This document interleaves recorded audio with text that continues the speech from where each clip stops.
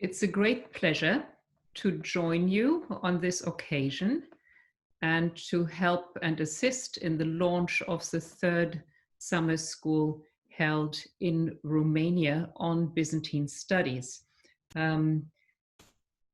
So I would simply like to say a few words to further contextualize Byzantine studies, following on what Professor Vartejanu-Joubert already has pointed out. You see me in front of a photograph of the Holy Monastery of St. Catherine in the Sinai, just as a reminder of the extent of Byzantine culture, and especially the reach of Byzantine culture through its religion, through its monastery, that extends far beyond the boundaries of what we consider the core lands of Byzantium.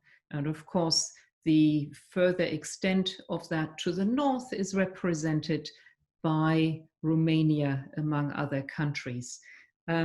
Indeed, Byzantium is one of the medieval incarnations of the growth that originally occurred, the fertile cultural ground given by Greco-Roman culture and spread through the political entity of the Roman Empire.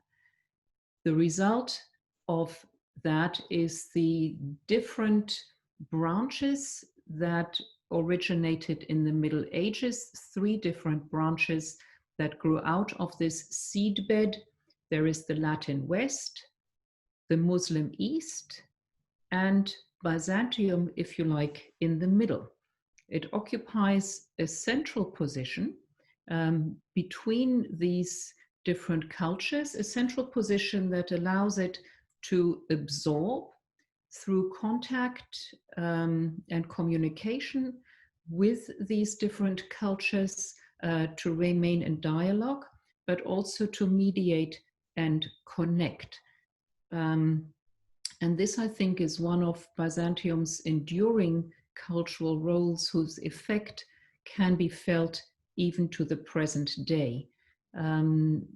It's interesting to me that the terms that emphasize this in scholarship, in 19th and 20th century scholarship, all originated in regions outside the core lands of the Byzantine Empire, which would correspond roughly today now to Greece and Turkey. We have first the expression Byzance après Byzance, talking about the lasting effect of Byzantine culture, especially in Romania, formulated by the great Romanian scholar Nicolae Iorga. And we have the expression Byzantio fuori Byzantio, coined by Italian scholars, Byzantium outside Byzantium. So in contrast to Byzance après Byzance, which is a temporal category, Byzantio fuori Byzantio speaks about the geographical reach of Byzantine influence that is felt indeed, as art historians tell us, as far as Scandinavia and Iceland. So the point I would like to emphasize is that although Byzantium is present in local traditions, especially artistic, and continues to exert its influence, including in religious traditions of the Orthodox churches and elsewhere, Byzantium also remains a world heritage. Byzantium does not belong to any country, to any nation. It is part of world heritage, and in almost 20 years of teaching in the United States before moving to Vienna,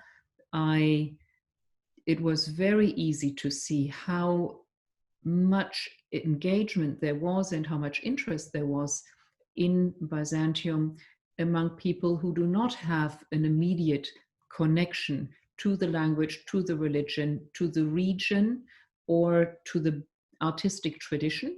And yet we're able to understand that there is something of real depth, real value here that is of importance to the global cultural heritage in general. So with those remarks, I would like to congratulate everybody involved in creating this third iteration of the summer school, especially the scholarly director, Professor Vatejanu Joubert, and Dr.